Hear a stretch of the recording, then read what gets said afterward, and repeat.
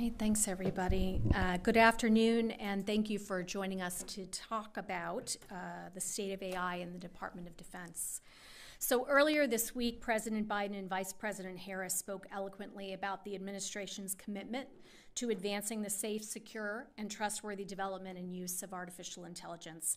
And the president signed an executive order that lays out strong, positive vision for government-wide responsible AI adoption, setting a model for industry and the world.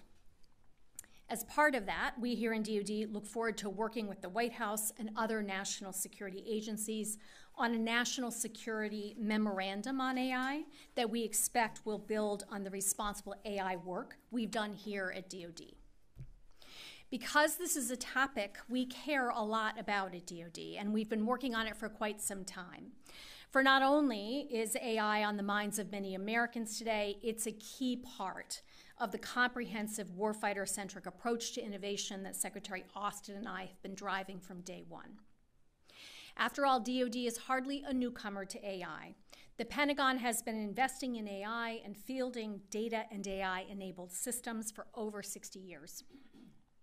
From DARPA funding for the first academic research hubs of AI at MIT, Stanford, and Carnegie Mellon in the 1960s, to the Cold War-era SAGE air defense system, which could ingest vast amounts of data from multiple radars, process it in real time, and produce targeting information for intercepting aircraft and missiles.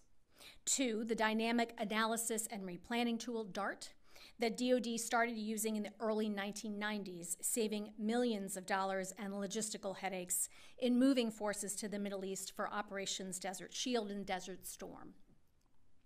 More recently, Apple's Siri has roots not just in decades of DoD-driven research on AI and voice recognition, but also in a specific DARPA project to create a virtual assistant for military personnel. Of course, increasingly over the last dozen years, advances in machine learning have heralded and accelerated new generations of AI breakthroughs, with much of the innovation happening outside DoD and government. And so our task in DoD is to adopt these innovations wherever they can add the most military value. That's why we've been rapidly iterating and investing over the past 2+ years to develop a more modernized, data-driven, and AI-empowered military now. In DoD, we always succeed through teamwork, and here we're fortunate to work closely with a strong network of partners in national labs, universities, the intelligence community, traditional defense industry, and also non-traditional companies in Silicon Valley and hubs of AI innovation all across the country. In several of those, we're physically present, including through offices of the Defense Innovation Unit, which we recently elevated to report directly to the Secretary. As we've focused on integrating AI into our operations responsibly and at speed, our main reason for doing so has been straightforward, because it improves our decision advantage. From the standpoint of deterring and defending against aggression, AI-enabled systems can help accelerate the speed of commanders' decisions and improve the quality and accuracy of those decisions, which can be decisive in deterring a fight and in winning a fight. And from the standpoint of managing across the world's largest enterprise, since our vast scale can make it difficult for DoD to see itself clearly, spot problems, and solve them, leveraging data and AI can help leaders make choices that are smarter, faster, and even lead to better stewardship of taxpayer dollars. Since the spring of 2021, we've undertaken many foundational efforts to enable all of this, spanning data and talent and procurement and governance. For instance, we issued data decrees to mandate all DoD data be visible, accessible, understandable, linked, trustworthy, interoperable, and secure. Our ADA initiative deployed data scientists to every combatant command, where they're integrating data across applications, systems, and users. We awarded joint warfighting cloud capability contracts to 4 leading-edge commercial cloud providers, ensuring we have computing, storage, network infrastructure, and advanced data analytics to scale on demand. We stood up DoD's Chief Digital and Artificial Intelligence Office, or CDAO, to accelerate adoption of data, analytics, and AI from the boardroom to the battlefield. The Secretary and I are ensuring CDAO is empowered to lead change with urgency from the E-ring to the tactical edge. We've also invested steadily and smartly in accompanying talent and technology, more than $1.8 billion in AI and machine learning capabilities alone over the coming fiscal year. And today, we're releasing a new data, analytics, and AI adoption strategy, which not only builds on DoD's prior year AI and data strategies, but also includes updates to account for recent industry advances in federated environments, decentralized data management, generative AI, and more. I'm sure our CDAO, Dr. Craig Martell, will say more about that when you all speak with him later this afternoon. All this and more is helping realize Combined Joint All-Domain Command and Control, CJADC2. To be clear, CJADC2 isn't a platform or single system we're buying. It's a whole set of concepts, technologies, policies, and talent that are advancing a core U.S. warfighting function, the ability to command and control forces. So we're integrating sensors and fusing data across every domain while leveraging cutting-edge decision support tools to enable high op-tempo operations.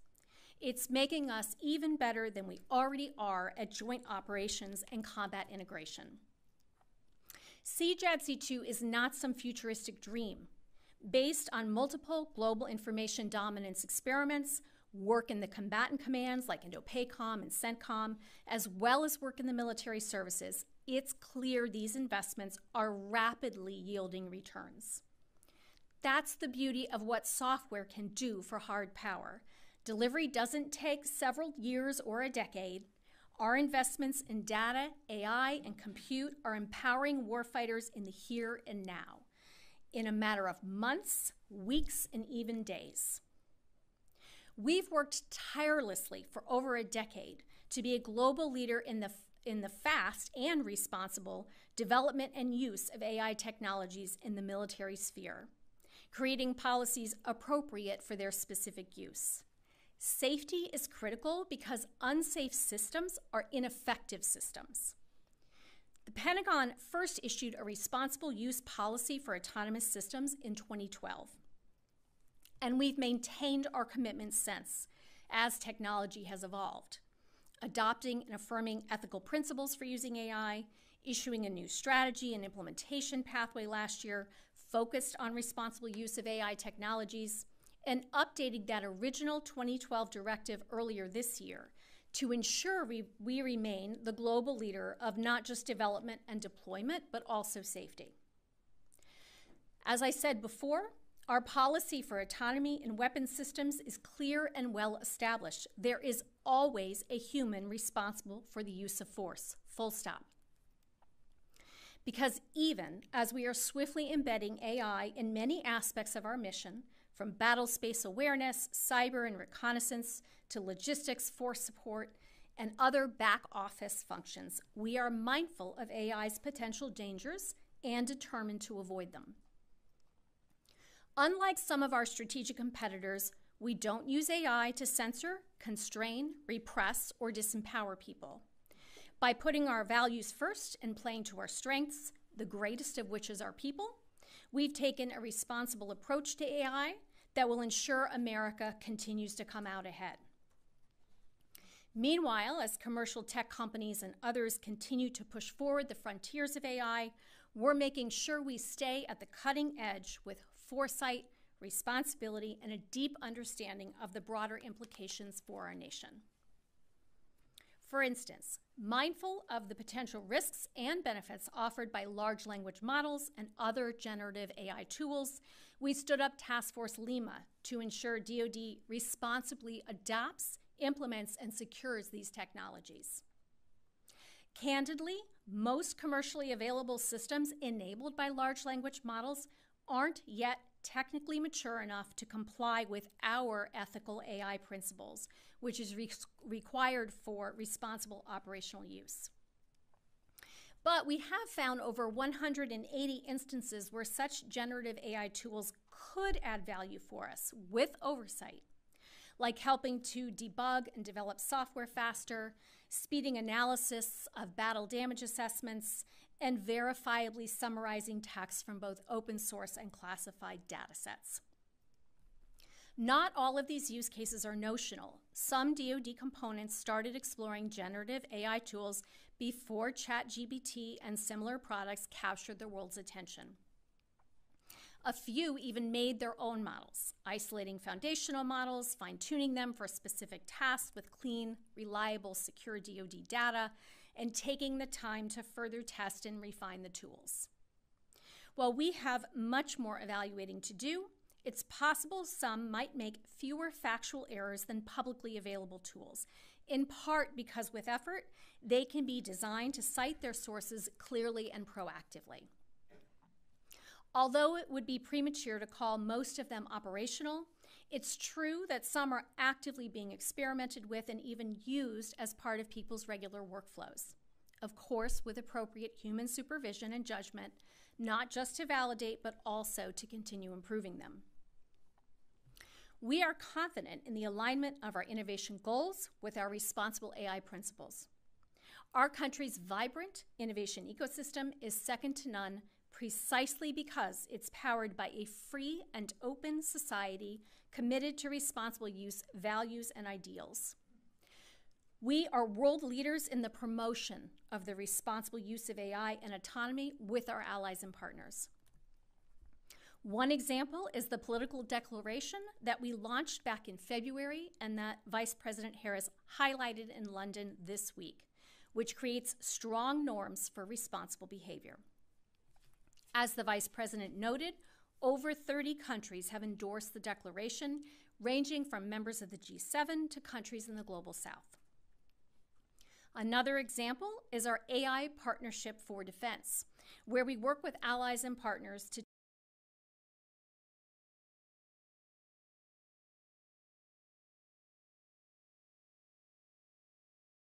U.S. military have many capable allies and partners around the world, and why growing numbers of world-leading commercial tech innovators want to work with us. Our strategic competitors can't say that, and we are better off for it. Those nations take a different approach. It's deeply concerning, for instance, to see some countries using generative AI for disinformation campaigns against America, as has been reported by tech companies and the press. But there is still time to work toward more responsible approaches. For example, in the 2022 Nuclear Posture Review, the United States made clear that in all cases, we will maintain a human in the loop for all actions critical to informing and executing decisions by the President to initiate or terminate nuclear weapons. Other nations have drawn similar bright lines. We call on and would welcome more countries to do the same. And we should be able to sit down, talk, and try to figure out how to make such commitments credible.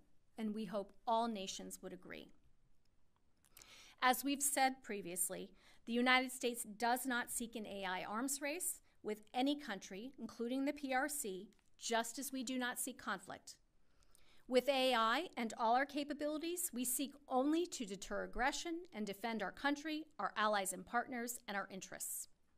That's why we will continue to encourage all countries to commit to responsible norms of military use of AI, and we will continue to ensure our own actions clearly live up to that commitment. From here at the Pentagon and across all our commands and bases worldwide, to the flotilla of uncrewed ships that recently steamed across the entire Pacific, to the thousands of all-domain attritable autonomous systems we aim to field in the next 2 years through DoD's recently announced Replicator initiative. The state of AI in DoD is not a short story, nor is it static. We must keep doing more safely and swiftly, given the nature of strategic competition with the PRC, our pacing challenge. At the same time, we benefit from a national position of strength, and our own uses grow stronger every day. And we will be keeping up the momentum, ensuring we make the best possible use of AI technology responsibly and at speed. With that, I'll take your questions. Okay, we're going to start with Tara Kopp, AP. Hi, thanks for doing this. one question on some current events, and then I have a couple of AI questions for you. On the holds, Senator Tuberville has said that his holds do not affect military readiness. He said that they don't add stress to the officers who have had to do 2 jobs at once. And I just wanted to ask, from your point of view, when you walk the halls, is that your experience? Has this not affected readiness? Have the officers been just fine filling 2 roles at the same time? So we've said many times in the last 6+ months that the hold is unnecessary, unprecedented, and unsafe, and that it's bad for our military, it's bad for our military families, it's bad for the country. We have seen tragic effects of that stress, but in a day-to-day sense, we've also seen the stress at the individual human level. And I think that's been well communicated on Capitol Hill. We're pleased to see today Admiral Franchetti and General Alvin having already been confirmed. We understand General Mahoney will be confirmed, we very much hope, by the end of the day. But even then, you have 370, I think is the number, officers who've dedicated their lives to service to the nation. It's wrong, and it is unsafe, and it is absolutely hurting readiness. Just a quick follow-up, and then the AI. Just when you say you've seen the tragic effects, do you think that this added stress and workload may have contributed to General Smith's illness? Yeah, I'm not going to comment on my personal views on that. I will only say that General Smith has indicated that, he's trying to work 2 jobs, that he's working from 6 a.m. to 11 at night. I think it speaks for itself. Thank you. And then a few on AI. You touched on this in your remarks, but for the international norms for responsible use, are there red lines for which the member countries that want to sign on will and will not use AI for? I'm not sure how to answer that. I think what I would say is the United States position of making sure that there's always a human that's in control is vital for kinetic effects, and we're going to stand by that. That's where we're coming from, and we think that we have a lot of nations to join us with this. We would invite all nations to join that. Okay, and then 2 on the replicator. Can you give us a ballpark cost of what it will cost to fulfill replicator? Did you want to ask the second? And I'll do them together. And then is it mostly going to be UAVs? Is it sea drones? What's kind of the product? Sure. So cost is the wrong way to think about it. I'm sure when all is said and done, we would be able to retrospectively tell you everything that goes through Replicator, kind of what the value is, much as I talked about the $1.8 billion value, for instance, of our AI and machine learning programs. But the reality is Replicator is removing kinks in the hose of the system that is innovation in DoD. There are a multitude of programs that already exist in the department that need help to get from where they are to delivery at scale. That is where Replicator is focused. So again, I think we could be able to go back and retrospectively capture the cost of that. But I think it's the wrong way to think about the program. It's not a program. It's a process for improving our ability to scale. So as to the types of systems, as I've said before, what I will say at this point is we are looking across multiple domains.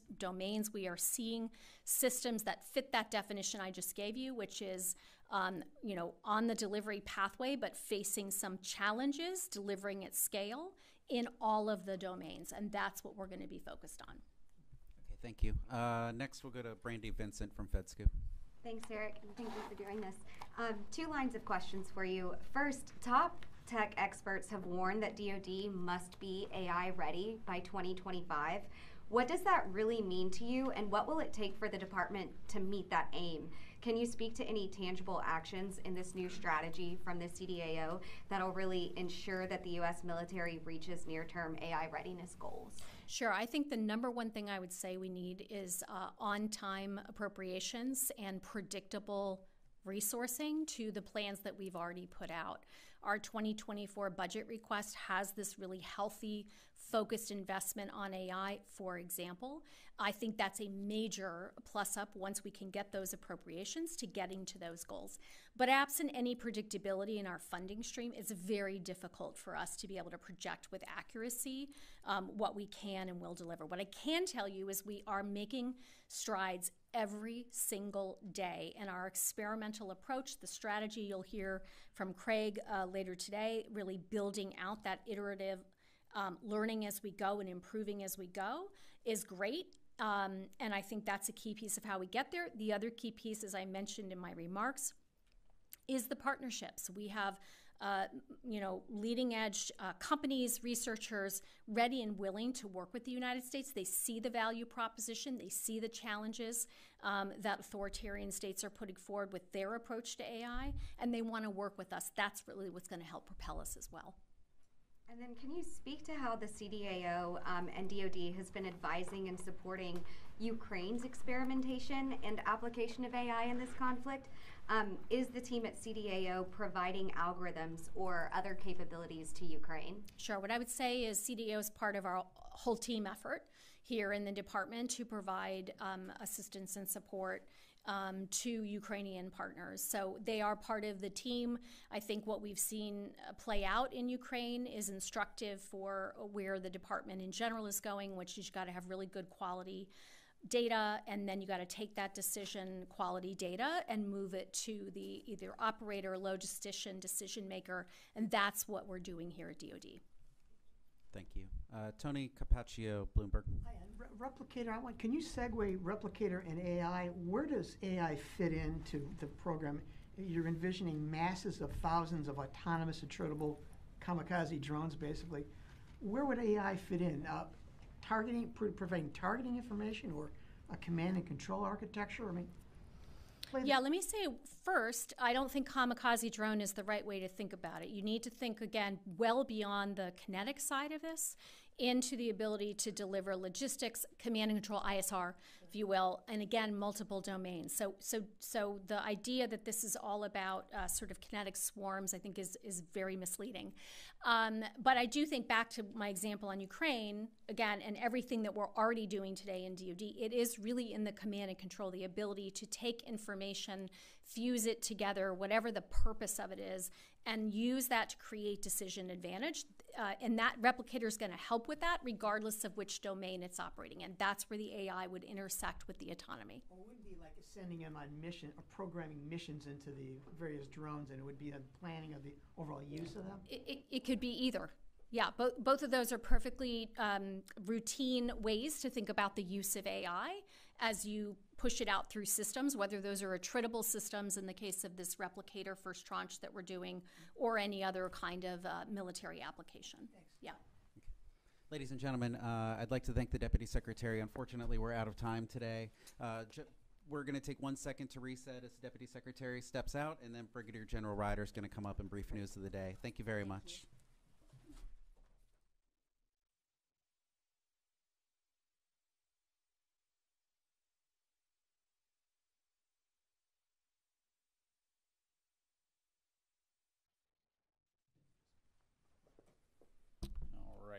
Good afternoon, everyone. Thank you, sir. All right, just a few things to pass along, and then we'll get right to your questions. I'm cognizant of your time today. So, first of all, the Department of Defense continues to closely monitor the situation in the Middle East and maintain a steady focus on our critical lines of effort. As you've heard Secretary Austin reinforce earlier this week, foremost, we will continue to protect American forces and citizens in the region. Second, we continue to flow critical security assistance to Israel as they defend themselves against further Hamas terrorist attacks. Third, we're coordinating closely with the Israelis to help secure the release of hostages held by Hamas, including American citizens. And fourth, we've strengthened our force posture across the region to deter any state or non-state actors from escalating this crisis beyond Gaza. Secretary Austin and DoD leaders are actively engaged in frequent communication with our partners in the region to discuss the situation as we work to prevent this from broadening into a larger regional conflict. And in those discussions, the Secretary has also reaffirmed the U.S. emphasis on the protection of civilians and unfettered access for the delivery of humanitarian aid for civilians in Gaza. Separately, next week, Secretary Austin will travel to India, the Republic of Korea, and Indonesia for several important engagements to further bolster our strong relationships in the Indo-Pacific region. The Secretary and India's Defense Minister will participate in the 5th 2+2 ministerial dialogue alongside Secretary of State Blinken and India's Minister of External Affairs. Secretary Austin will then travel to the ROK for meetings with the ROK Minister of National Defense, which include the 55th Annual Security Consultative Meeting and the inaugural ROK United Nations Command Member States Defense Ministerial Meeting. Finally, Secretary Austin will participate in the 10th ASEAN Defense Ministers Meeting Plus, or ADMM Plus, in Jakarta, Indonesia. This will be the Secretary's 4th trip to the Indo-Pacific region this year and his 9th since becoming Secretary of Defense. The trip comes as the United States, along with U.S. allies and partners across the Indo-Pacific, continues to deliver historic momentum toward a shared regional vision for peace, stability, and prosperity. Finally, I know there has been some interest in whether Secretary Austin has had the opportunity to meet with the new Speaker of the House yet. As an update, both Secretary Austin and Chairman of the Joint Chiefs of Staff, General Brown, had a chance to meet with Speaker Johnson yesterday. As always, the Secretary and the Department look forward to working closely with the Speaker and the Congress to ensure that the U.S. military has what it needs to carry out our important mission of defending our nation. And with that, I'd be happy to take your questions. Go to AP Tarakap. Thanks, General Ryder. So we've begun to see both from President Biden and from some members of Congress that there is interest in a ceasefire or a pause in operations in Gaza to allow some humanitarian aid to get through. Does the Secretary think that a ceasefire or a pause would also be beneficial at this point, and is he communicating that to his Israeli counterparts? Yeah, so a couple things there. As it relates to a ceasefire, I think you've heard the White House speak to this as well. We do not support a ceasefire, and that gives time for Hamas to regroup, which is something that, again, would put Israeli citizens and others in danger. You have heard, however, the President say that the U.S. government does support humanitarian pauses to enable humanitarian aid to get in, for hostages to get out, as well as other citizens. So in the Secretary's discussion with his counterparts, as I mentioned at the top, the discussion of ensuring that Palestinian civilians, Gazans, innocent civilians in Gaza are able to get humanitarian assistance, whether that be water, fuel, medical aid, that continues to be something that we continue to emphasize regularly. So the Secretary is advocating for potentially a humanitarian pause, as the White House has suggested.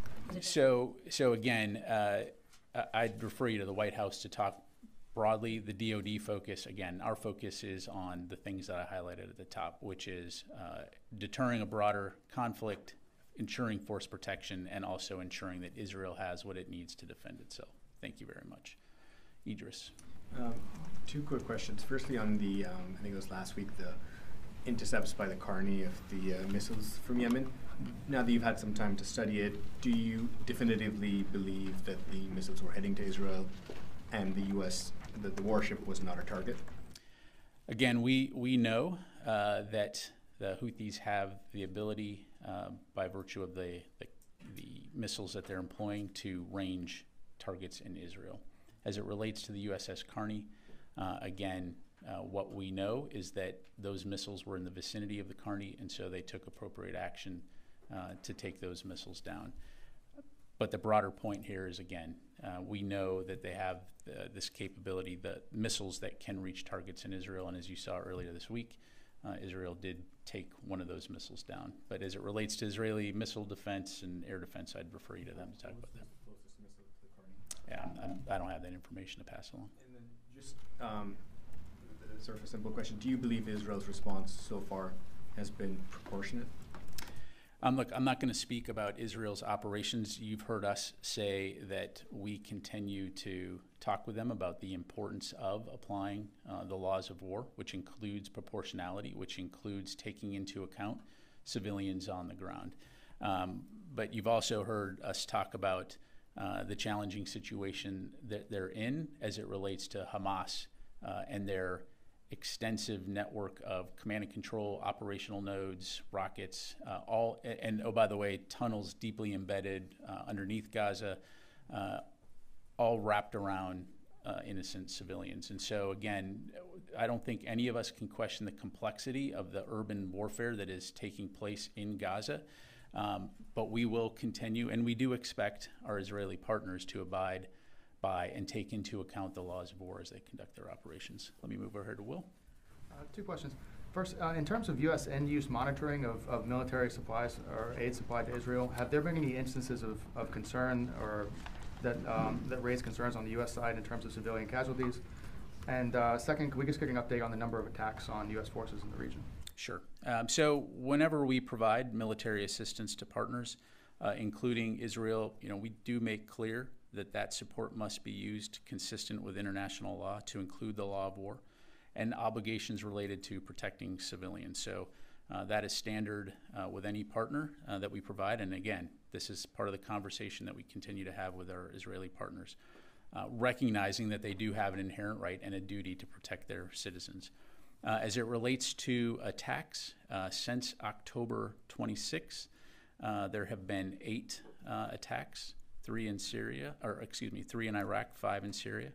And I would say just one, the last one was on October 31st, and that was one attack in Syria.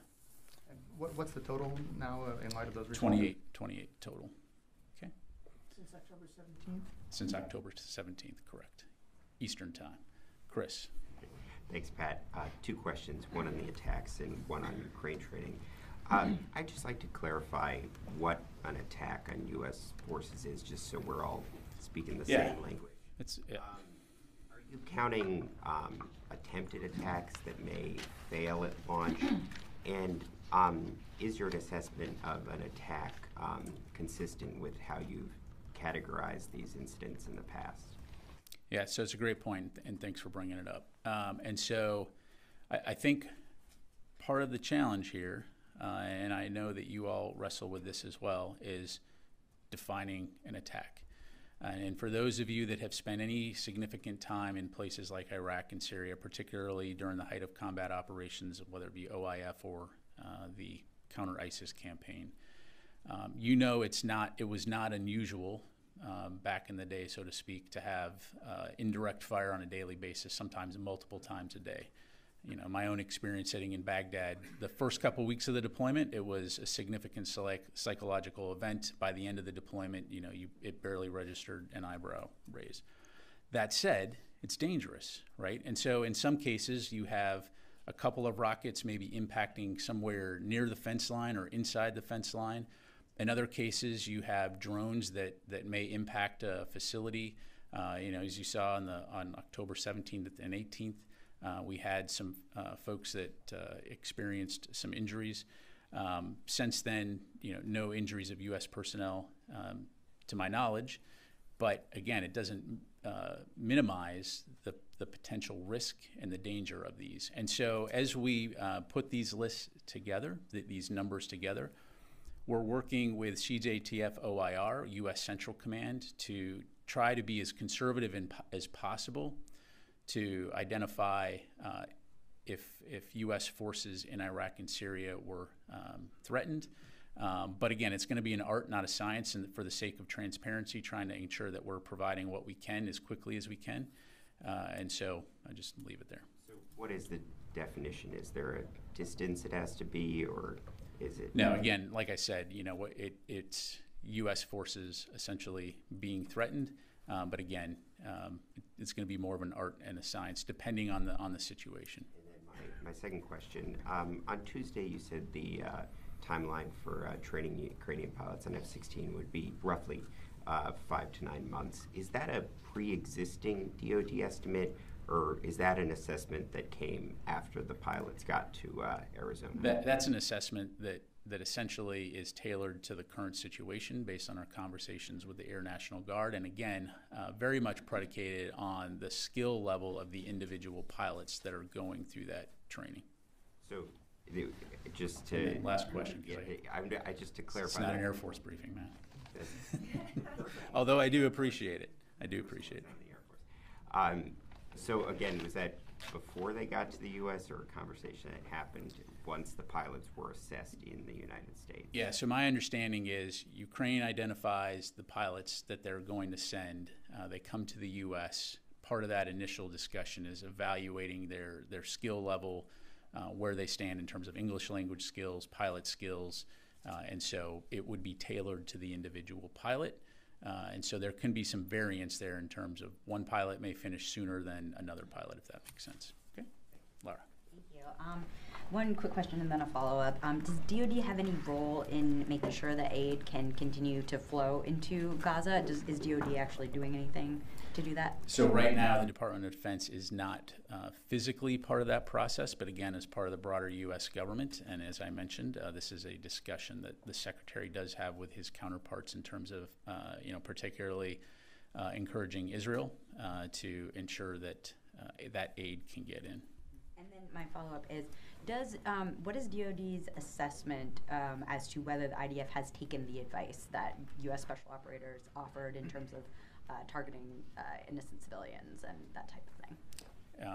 You mentioned special operators. What do you mean? Yeah, the special operations team that was in Israel giving advice on targeting and civilian casualties. What is DoD's assessment of whether the IDF has actually put that into practice? Yeah, so just to clarify, the special operations forces that you're talking about are those individuals that shortly after the October 7 attacks are helping to advise on hostage recovery. They are not participating in, we the U.S. military are not participating in IDF target development, helping them run their campaign, just to be crystal clear that it is their operation, they're running their operation, so that planning element is providing planning and intelligence support as it relates to hostage recovery. Mm-hmm. So is it not accurate then? I know that I've seen some reports that that group was advising on urban combat and lessons learned from. No, I think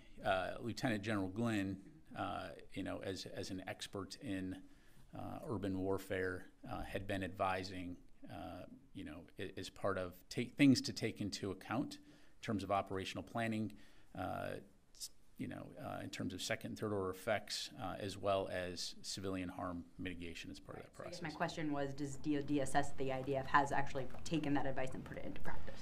I think they are. And again, I'm not going to speak to their individual operations or individual strikes, but we do know in our conversations with them that they do take law of war into account and that they do take this into consideration into their operational planning. But again, as far as individual operations go, I'd refer you to them. Sir. General, thanks. We talked a couple days ago about how the department views the attacks on the positions in Iraq and Syria as separate from what's ongoing in and around Gaza.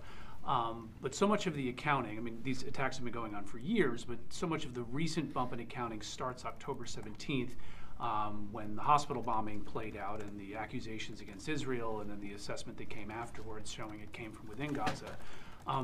Does the department assess that hospital bombing had anything to do with inspiring more attacks against American positions? Yeah, I can't necessarily corroborate or connect dots between why one terrorist organization would do one thing versus another. I think that we are all sensitive to the fact that there are tensions in the region, and as I mentioned earlier, a major focus for the Department of Defense is to deter a broader regional conflict. And so you are seeing, and we probably will continue to see, groups that may try to exploit the situation to benefit their own interests, to include Iranian proxy groups. And so our point in all of this is our forces that are in Iraq and Syria are there for one reason only, and that's the enduring defeat of ISIS, and that's what they will continue to stay focused on. But if those forces are threatened, we will not hesitate to take appropriate action at a time and place of our choosing to protect those forces. And so again, within the context, the broader strategic context of everything that's happening in the Middle East and the broader region, we will make those decisions very deliberately, very thoughtfully, again, with the broader objectives in mind of protecting our forces and making sure that this does not spin out of control into a broader regional conflict.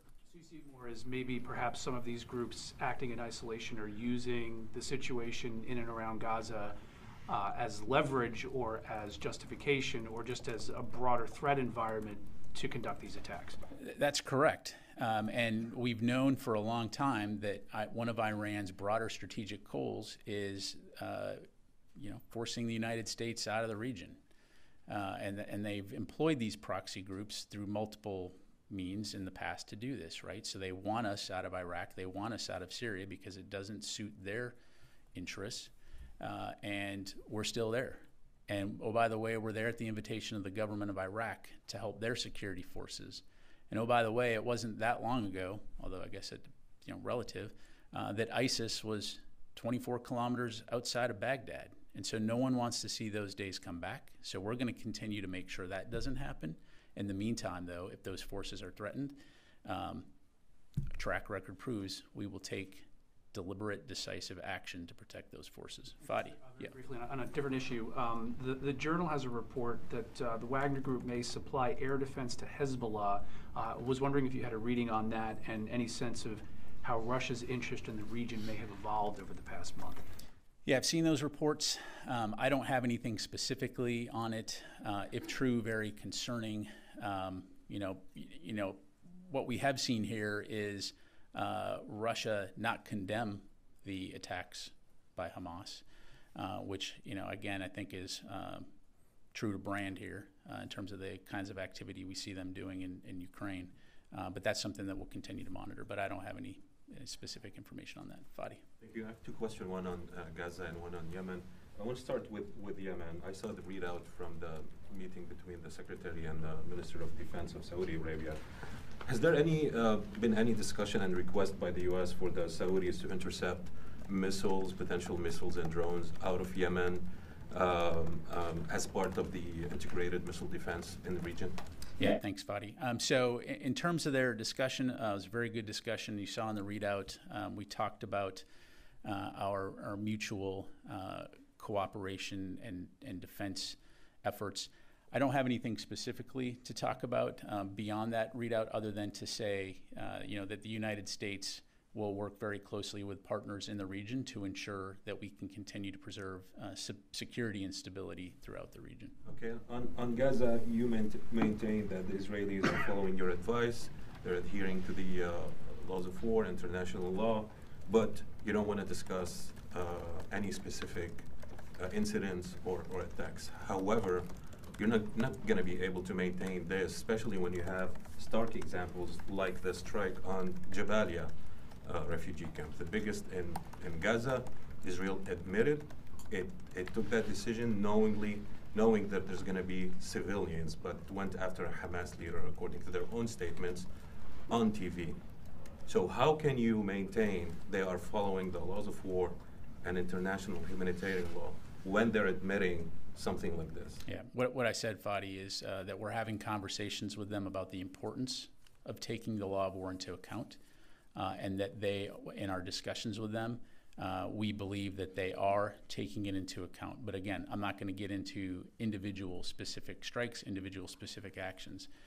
And look, as we've discussed before, and as it relates particularly to what we're seeing on TV in Gaza, it's heartbreaking that any civilian, any innocent civilian is being killed. Again, whether it's Palestinian, whether it's Israeli, whether it's anyone from any nation.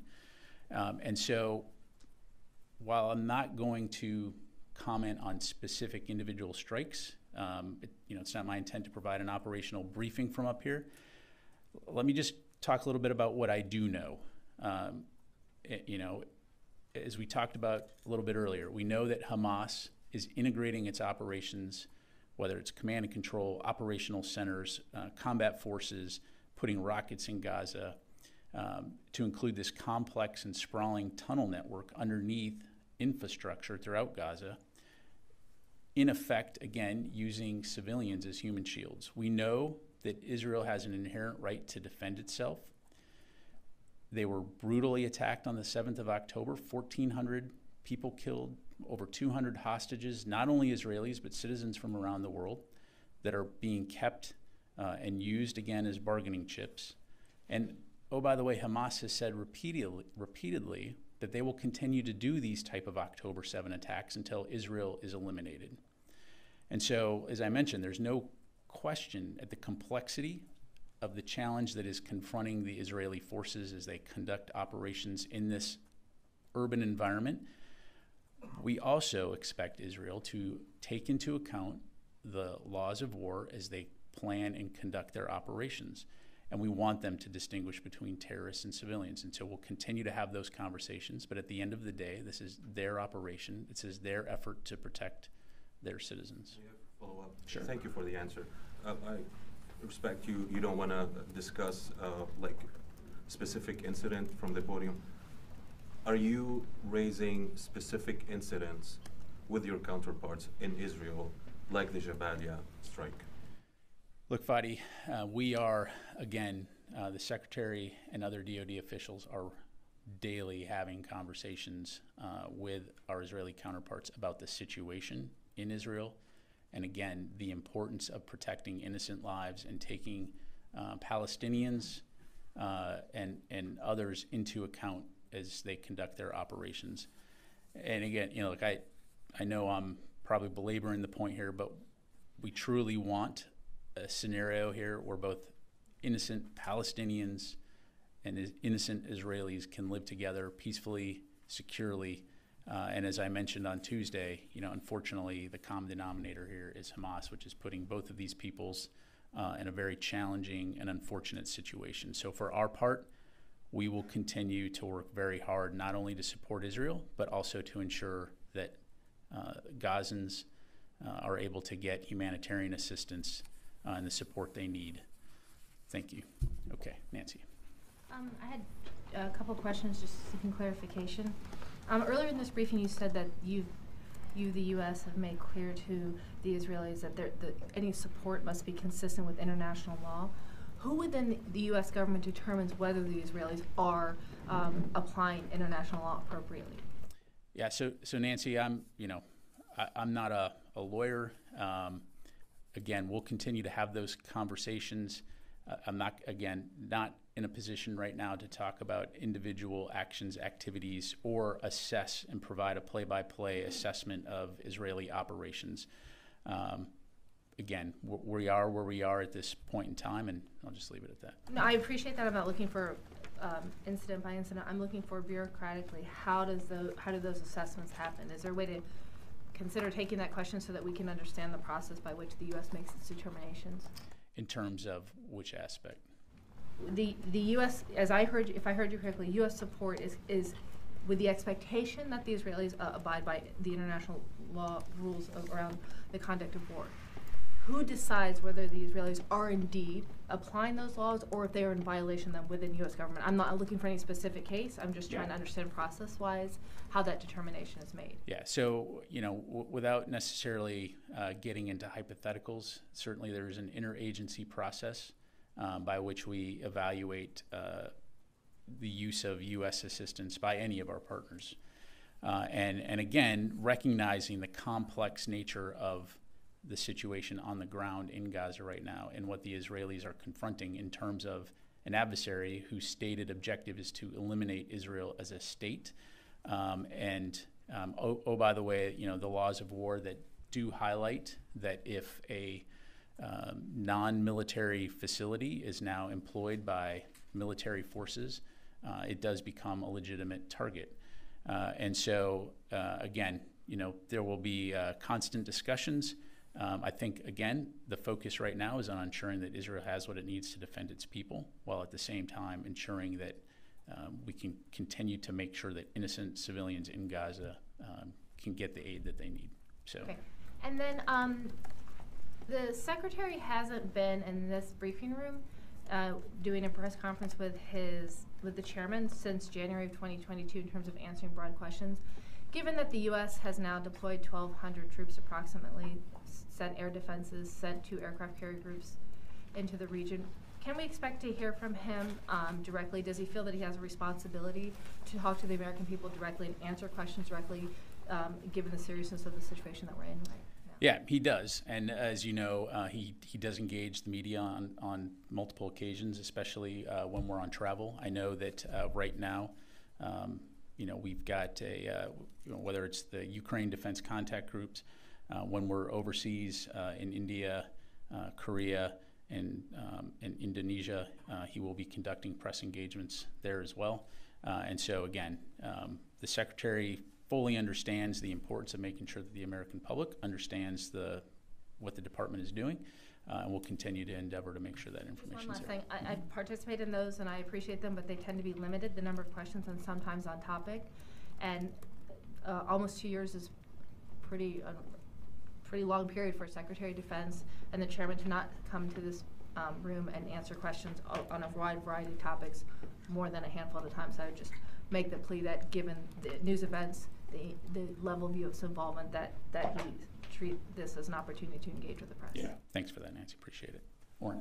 I was wondering if you could say, broadly speaking, does the U.S. think Israel has been effective in targeting Hamas in Gaza, and does the U.S. believe the campaign has significantly degraded Hamas? Yeah, thanks, Warren. So it'd really be inappropriate for me to provide a battle damage assessment from the podium. This is an Israeli operation. I'd refer you to them to talk about that. And again, we know that they have a tough task at hand, which is fighting an enemy that has sworn to defeat them and destroy the state of Israel. And we do know that they are actively going after Hamas leaders. But again, I'd refer you to them to talk about that. And then just one more very quick one. The U.S. has or is about to have 2 carriers in the Eastern Med. Will immediate embark be allowed? If not, why not? Oren, look, we fully understand the request. We will take it under advisement, and if an opportunity presents itself, we'll certainly make that available. Thank you very much. Time for a few more. I'll go to Ashley, and then I'll go to the phone. I wanted to ask about the weapons deliveries to Israel. Have any constraints been placed on how they use the weapons? Look, beyond broadly speaking what I've talked about, we are not putting constraints on Israel in terms of how they conduct their operations. They are professional military, well-trained, well-led, and so I'll just leave it at that. And then I also wanted to ask, the Treasury Department unveiled like 130 new sanctions placed on entities and people related to Russia and the defense industry base. Could you broadly speak of observations of the defense industry base there right now and what you're seeing, their ability to regenerate, to get new equipment, whether it's like pulling from Turkey, the UAE, or other countries, or just internal? Sure. I mean, broadly speaking, the energizing of the defense industrial base has been a key priority for Secretary Austin, particularly coming out of COVID, but most importantly, as we continue to look to support Ukraine and now Israel, as well as our other commitments internationally. And so our acquisitions and sustainment team has been very, very active in terms of meeting with our international allies and partners. Most notably, the National Armaments Directors have met pretty much every single month following the Ukraine Defense Contact Group to look at ways that we can capitalize on one another's industrial bases to ramp up production of key requirements as it relates not only to supporting our partners like Ukraine, but also replenishing our own stocks. And so that will continue to be an area of significant focus, but we're confident that we will be able to meet all of those needs. Thank you very much. Okay, sir. Thank you, General. I'm just going to go to the phone. Sorry. Just to follow up on an answer you gave to Nancy's line of questioning, you said that the determination about whether international law and the rules of war are being followed is an interagency process. So this is there is no. It sounds like what you're saying is no outside agency. No, what she asked, what I thought I heard was how do we, within the U.S. government, how would we conceivably make a determination like that, right? So my response was, as part of an interagency process and review, that could conceivably be a question that's answered. I'm not going to speak for any independent group or folks outside of the U.S. government that may come to their own conclusions. Well, right, and so I guess my question is, would those conclusions play any role in the U.S. government's determinations? Yeah, so I appreciate the question. I just don't want to get into hypothetical scenarios right now. Okay, I'll come to you, Mike. Let me go to Jeff, task and purpose. Thank you. The recent airstrikes in Syria were meant to deter attacks on U.S. troops in Iraq and Syria. Given that there have been more attacks since then, is it accurate to say that in a strategic sense, the airstrikes failed? So first of all, again, Jeff, we will continue to do whatever we need to do to protect our troops. I'm not going to get into telegraphing how and when and if we may respond, other than to say, again, we would do so at a time and place of our choosing. And if you're, these Iranian proxy groups, which have been endeavoring to try to expel the United States from the region, then you failed. And then, more broadly speaking, again, our broader, more strategic focus here is, again, preventing a wider conflict. Thank you. Mike. To get back to General Glenn's mission, I want to confirm he was there to provide his experience, or not, hints or help to Israel because of his experience over the breadth of urban warfare, how to apply fire and maneuver and that kind Correct. of environment. He That's wasn't correct. there simply to push them to follow the rule. No. Look, so if you're Israel on October 8th, you find yourself in a very dire situation where a significant number of your civilians have just been executed by Hamas and 200 hostages. Lying before you is, oh, by the way, where did these terrorists come from out of Gaza? So as you contemplate having to go into Gaza, having someone, and again, we have a long-standing relationship with Israel, exercises, sharing of information. So that in and of itself is not unusual. But by being able to say, hey, here's a guy on our team that has a deep understanding of how to do these kinds of operations. And so as you contemplate doing it, recognizing that it's going to be a tough fight, but also recognizing that we learned a lot on what these operations entail and how to do them successfully, to include things like accounting for civilians, which you have to take as a strategic aspect in conducting these things. There is no such thing as conducting these in isolation. So we want you to have the benefit of that expertise. He provides, be able to ask those tough questions as they, kind of the Socratic method. And then, it was always intended to be temporary, and so he's home. How was his mission there received by Israel? Does the Pentagon think it was well received by them, that they? Yeah, I mean, I don't want to speak for Israel. I will just say largely, broadly speaking, rather, I think Israel has been very appreciative across the board of the support that the United States has provided, and particularly how quickly we came to their aid in the wake of these terrorist attacks. And now that Israel is actually moving into Gaza City, now does the U.S. still have these urban warfare subject matter experts there? They've departed. They've all departed. They've all departed. Okay. We go to Liam, and then we'll do one more. Thanks, General. This is a quick one on the Jabalia strike. After that happened, the Israeli government said they were targeting a Hamas commander who was hiding out there. Hamas has said there was no such commander. Does the DoD know which side is true there? So I don't have any intelligence to pass along. I'm not going to get into intelligence again. We know that Israel is going after the leadership and the forces of Hamas, and I'll just leave it at that. Okay, thank you. Yes, sir. And I'll come to you, Tony, and then you'll be the last question. Thank you, sir. Two questions, please. One, as far as Secretary of Defense and Secretary of State's visit to India is concerned, and as far as AI, when Prime Minister Modi was here in the White House in June, President Biden and Prime Minister Modi both discussed AI in a detailed, even a T-shirt was presented to Prime Minister Modi by President Biden. My question is now, in the middle of two wars, Russia's war against against Ukraine, and Israel's war against Hamas, the terrorist organization. This is the meeting of 422 in India. So you think AI and these wars will be discussed there, and what we expect as far as AI concerned for common people? Yeah, sure. So as it relates to the Secretary's meetings in India, we'll certainly have much more to say in the days ahead. Broadly speaking, it will be focused on looking and exploring areas where our two countries can continue to work together to further bolster security in the region and capitalize on the unique aspects that both of our nations can bring together toward that end, and ensuring a free and open Indo-Pacific. As it relates to AI, I don't have anything to pass along, but again, much more to follow. Another question is, thank you.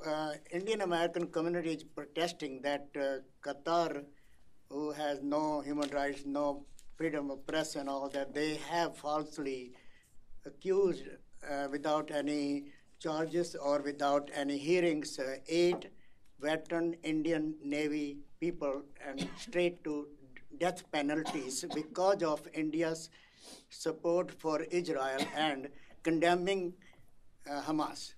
And what do you think about this no rule of law? And these are 8 veteran Navy Indian officials.